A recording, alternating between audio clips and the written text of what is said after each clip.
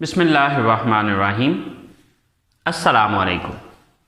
So guys, welcome to my YouTube channel. So guys, आज हम English की दूसरी क्लास के साथ हाजिर हैं। पिछली क्लास के अंदर हमने कुछ अल्फाज पढ़े थे। आज हम उन अल्फाज को जुमलों की सूरत में इस्तेमाल करना सीखेंगे।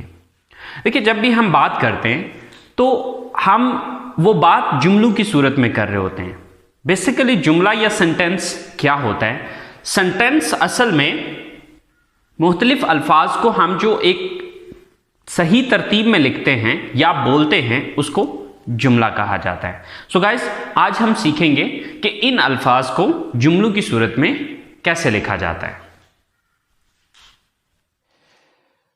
तो चलें गाइस, स्टार्ट करते हैं। How to make a sentence, कि एक सेंटेंस हम किस तरह से बनाते हैं। So for making a sentence what we need, हमें सेंटेंस बनाने के लिए क्या चाहिए, किस चीज की हमें जरूरत होती है। So let's see. So guys, first of all we need a subject.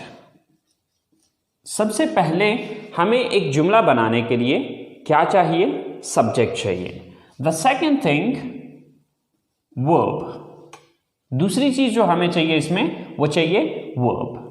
And the third thing would be object. जो तीसरी चीज हमें इसमें चाहिए वो है हमारा ऑब्जेक्ट। अब बात यह है कि हमें ये चीज समझने की जरूरत है कि ये सब्जेक्ट क्या है, वर्ब क्या है एंड ऑब्जेक्ट क्या है। ओके, बेसिकली ये हमारे जुमले की तरतीब है कि जो हमने अल्फाज को अरेंज करना है, जो अल्फाज को हमें एक तरतीब में लिखना है वो हम इस तरतीब में लिखेंगे। सबसे पहले हम सब्जेक्ट लिखेंगे, उसके बाद वर्ब लिखेंगे और उसके बाद ऑब्जेक्ट लिखेंगे। बट सबसे पहले ये समझ लेते हैं कि ये सब्जेक्ट क्या है, वर्ब क्या है एंड ऑब्जेक्ट क्या है। So let's talk about that. तो सबसे पहले हम ये समझते हैं कि सब्जेक्ट क्या चीज है। So guys, subject is a word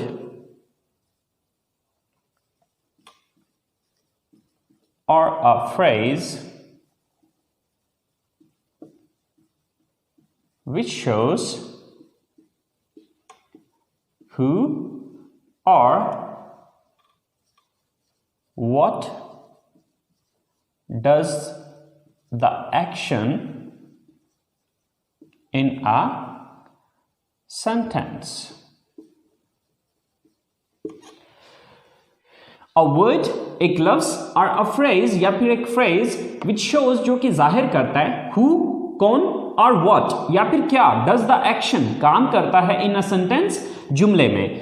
यानी कि एक ऐसा लफ्ज या फिर एक ऐसा फ्रेज जो कि ये जाहिर करता है कि जुमले में काम कौन कर रहा है या क्या चीज है जो जुमले में काम कर रही है। तो शॉर्टकट में अगर अपने अल्फाज में कहना चाहूं तो मैं ये चीज कहूंगा कि जुमले में सब्जेक्ट कहा जाता है उसको जो काम करने वाला होता है। तो शॉर्टकट ये कि काम करने वाले को सब्जेक्ट कहा जाता है। फॉर एग्जाम्पल, मैं कॉलेज जाता हूं। अब ये एक सेंटेंस है या ये एक जुमला है। अब इस जुमले में मुझे ये देखना है कि ये काम कौन करता है। मैं कॉलेज जाता हूं, तो ये काम कौन करता है? कॉलेज कौन जाता है? मैं जाता हूं। तो मैं यहां पर क्या है? सब्जेक्ट है। सेम लाइक दैट,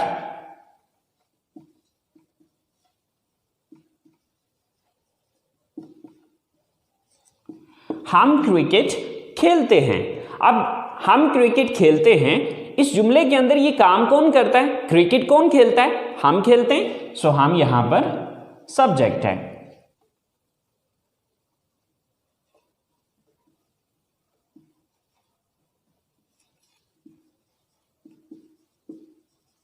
गाय घास खाती है। अब ये काम कौन करता है? यहां पर इस जुमले को अगर हम देखें तो ये काम गाय करती है। घास कौन खाती है? गाय खाती है। सो गाय यहां पर सब्जेक्ट है। तो सिंपल ये कि जुमले के अंदर काम करने वाले को सब्जेक्ट कहा जाता है।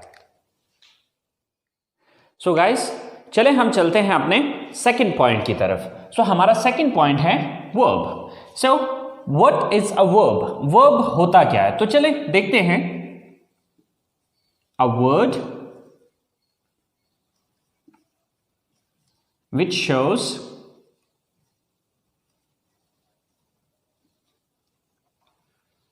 द एक्शन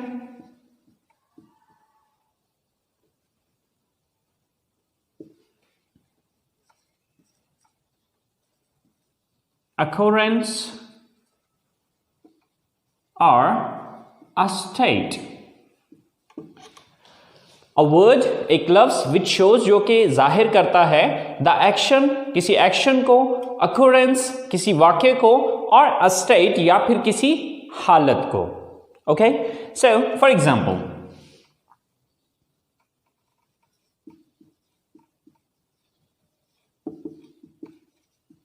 मैं कॉलेज जाता हूं. सो यहां पर काम करने वाला कौन है? मैं हूं. तो मैं हो गया सब्जेक्ट. लेकिन अब देखना यह है कि मैं करता क्या हूं. सो जाता हूं, ये यहां पर हमारा वर्ब है. सेम लाइक दैट,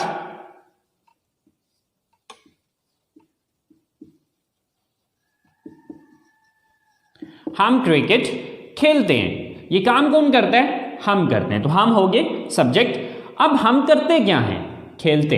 सो खेलते यहां पर वर्ब है. Okay,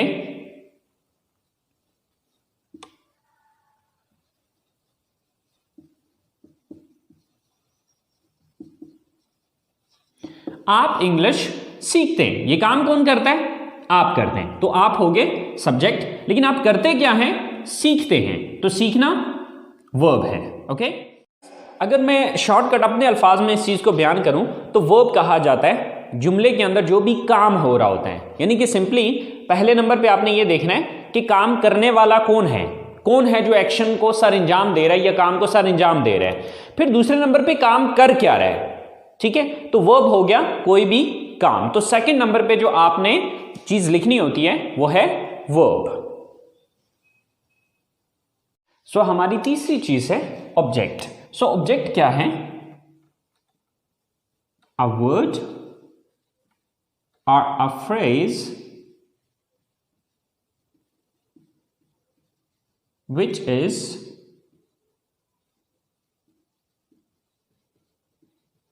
affected by the action of a verb.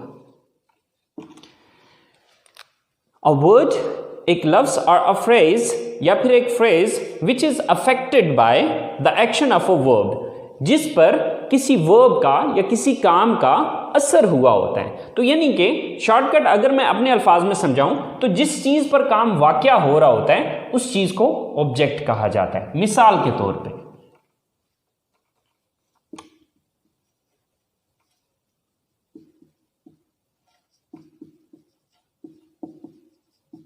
मैं इंग्लिश पढ़ाता हूं.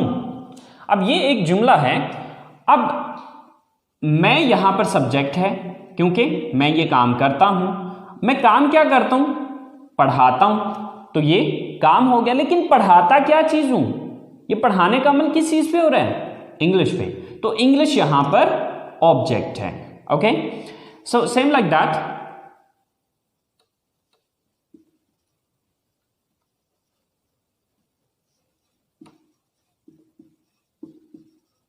गाय घास खाती है. सो ये काम कौन करता है? गाय करती है. सो गाय सब्जेक्ट है. काम क्या करती है? खाती है. सो ये वर्ब है. लेकिन खाती क्या चीज है? ये खाने का अमल किस चीज पे हो रहा है? घास पे हो रहा है. तो घास जो है ये ऑब्जेक्ट है. ओके, सो आपने ये चीज याद रखनी है कि हमारा जो ऑब्जेक्ट है वो क्या चीज है? जिस चीज पर काम वाक़या हो रहा है. ओके, अगर मैं सादा अल्फाज में इस स्ट्रक्चर को समझाना चाहूं तो सिंपल मैं ये कहूंगा कि सब्जेक्ट काम करने वाला, वर्ब काम, एन ऑब्जेक्ट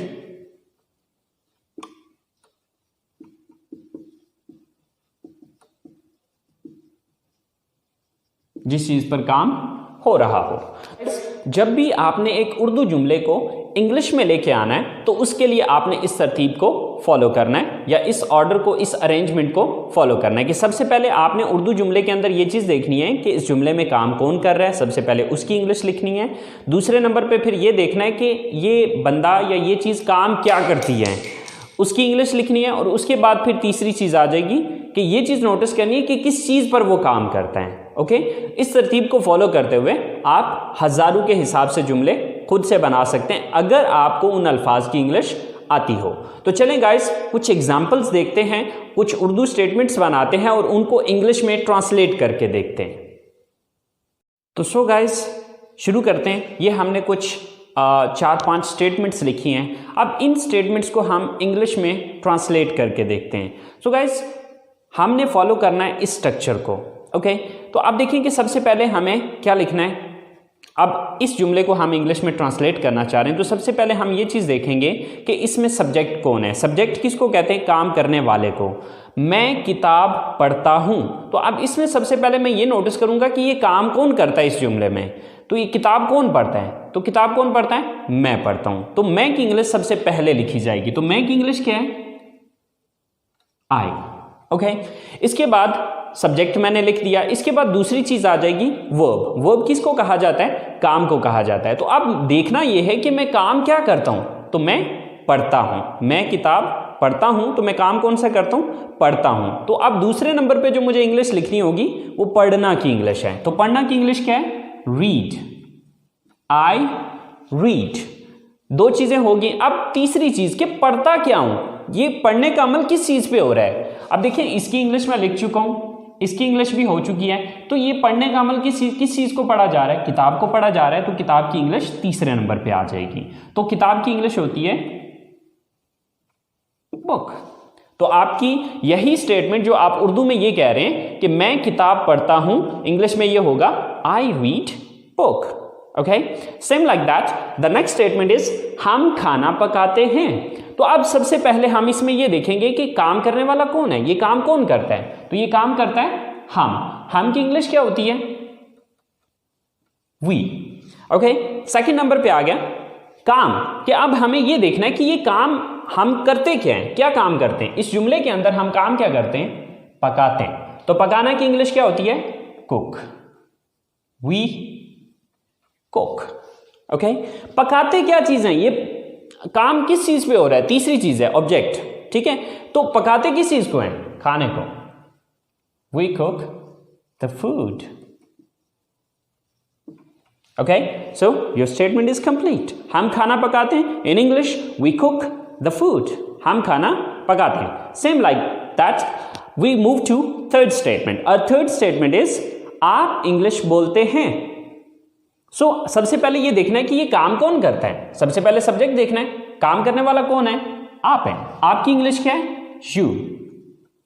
ओके, काम क्या करते हैं? बोलते हैं। Sir speak. थर्ड थिंग कि बोलते क्या है? इंग्लिश।